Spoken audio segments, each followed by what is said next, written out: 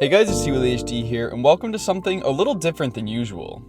Recently, I put out an Animal Crossing New Horizons glitch video where I showcased ones you could do in the current version. However, I asked you guys if you wanted to see some more New Horizons glitches, like ones that have been patched out, and I got some comments saying this is something they'd be interested in. So, I went out and bought a second Switch in order to make these videos. Look, I even got the New Horizons edition, which was just sheer luck at Target, but I think it's even more fitting. See, in order to go back to a previous version of a game on a Switch, I'd have two options: erase all my data off my current Switch and factory reset it, or just buy another one and never connect it to the internet so none of the games update. Obviously, I chose the latter. So now I have a Switch with version 1.0.0 of Animal Crossing on my Switch, which opens up the door for a ton more glitches. I'm going to be using this series as a way to showcase old glitches and what they can be used for. I take my actual island pretty seriously in terms of decorating and progression, but this one I'm just going to do whatever I want on. I also wanted to involve you guys in this series, so much like this entire idea was based off of your comments, I want to open the floor to suggestions, glitches, or anything else you want to see me do on this island. Speaking of which, we should probably get onto it. I went through all the normal introductory stuff like customizing and naming my character, which was just CWilly. After selecting an island layout I was happy with, I hopped on the plane and...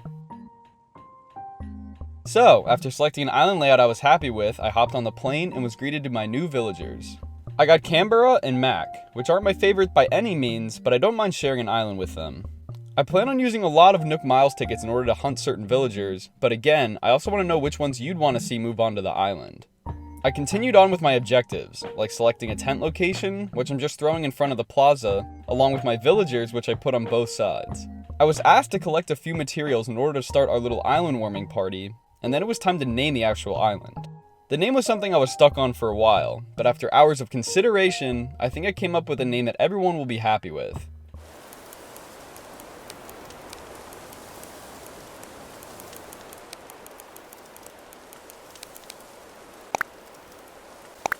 This abstract name can be pronounced as follows. I think it's pretty good, and everyone else on the island thought it was a great idea, so now we're stuck with it. We cheers to our new island lives, and after a little walking around, I found a little lighting bug with this campfire that I messed around with a little longer than I probably should have. As you can see as I move back and forth, the campfire's lighting just seems to disappear and reappear again, like it's being loaded in and out of memory before it really should, as it's still on screen. I promise the glitches in this series will be a whole lot better than this, but I just wanted to show it off because I thought it was a little odd. Anyway, I continued socializing with my new residents, and then it was time to head to bed. I had an amazing dream about KK Slider before I was rudely interrupted by Tom Nook, who apparently thought I got enough sleep for the day because he was standing outside my tent yelling my name. He came over to give me my brand new Nook phone and discuss my crippling amount of debt I'm now in. I either have to pay him about 50,000 bells or 5,000 miles. Easy. So within a few hours, I became a billionaire, racking up almost 2,000% more than what he even asked for.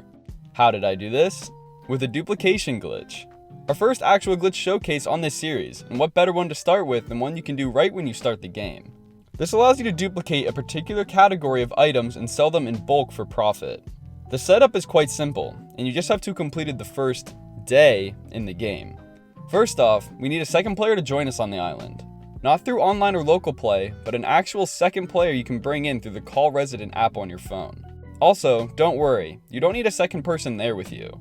I did this whole process with my own two hands. But anyway, I had to create a second account on my Switch, go through most of the same introductory stuff, and boom, I set up a tent right along the beach for him. Then I swapped back to my main account and got the final preparations ready. As for the items you need, all you gotta have is a box, table, or any other object you can place other items on top of. Speaking of, the only other thing you need is an item that you can throw on top of the table that you want to duplicate. Since I'm just starting out, I'm extremely limited on my choices, but still very doable. I got a cardboard box out of the recycling box in the resident services tent, and a lantern for my tent that was already in there. And that's pretty much it. All we need are the two items and two players. So with everything ready to go, I used the Call Resident app I mentioned earlier to get CWilly and CWonky together. Find the little space you want to do this glitch in, throw the box or table down, followed by the item you want to duplicate. Have the two people stand on opposite sides of the items, and with the second controller, grab the box and begin spinning it around by holding down. With the spinning motion continuously going, you want to press Y on the first controller to grab the item, right before the box gets spun again. If timed correctly, you'll see the character collect the item, but it will still remain on the box and continue spinning. Congratulations, you've just duplicated your first item. Now you're free to repeat this process as many times as you'd like, getting as many of that item as you'd like. Once you get the timing consistent, you can get a little rhythm going until your pockets are full. If you do mess up the timing, it's not a big deal at all. You either collect the item and you'll have to reopen your menu and place it back down, or this weird side effect will occur. The item will get collected and the second player won't be allowed to continue spinning the box. You'd think this meant the box is empty, but in fact there's still an item on it. Opening your menu will make it reappear again. I guess the timing interrupts the item's visuals and opening the menu restores that. Regardless, it's a little strange. But what can you duplicate with this glitch? You're kinda limited as you need to be able to place the item. Any items that don't have this menu option when you click on them cannot be duplicated. So I sadly can't just use bags of bells or materials. If you try and use one that only has the drop item option, it'll behave like normal. The only other limitation is that it actually has to fit on the box. Spinning the item around on something else is important, so if you can't do that, then it can't be duplicated. Remember how I said I made 1,000,000 bells doing this? Yeah, I did do this glitch a lot. Like, over 2,000 times. Fun, right? I was duplicating this lantern because it was one of the only items I had right when I started, and it sold for the most out of the ones I had. Which is not saying a lot by any means, because one of these bad boys only sells for a whopping 475 bells. Doing some quick division gives us how many we actually need to sell in order to make 1,000,000 bells just from the glitch. The total? 2,106 lanterns.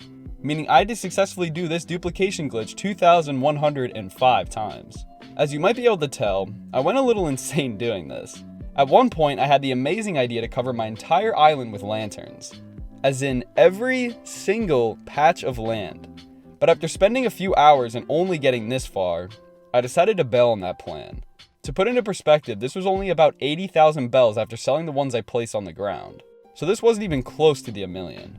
But after a few more hours and getting the route so optimized I was selling a batch of 20 lanterns for 9,500 bells every roughly minute and a half, I finally reached 1,000,000 bells. All before doing practically any progression in the game, and I haven't even asked Tom Nook about the DIY workshop, which is meant to give you tools like a fishing rod and bud catching net. Me, I wanted to earn my bells with my own two hands, so that's what I did. Now with my 50,000 bells to pay off my debt and a cool 1,000,000 to spare, I was finally ready to talk to Tom Nook and pay off my house. One second. So, turns out I wasn't fully paying attention and your only option to pay back your first debt is with miles.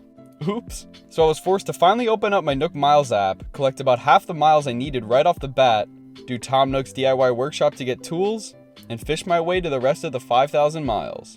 Personally, I think it's annoying that you can't just pay back your tent debt with bells, and are forced to fork over a pretty hefty amount of miles for this game's standards right away. But I guess it's also for tutorial purposes, so whatever. I gave Tom my miles, and from there, I was able to build a real house.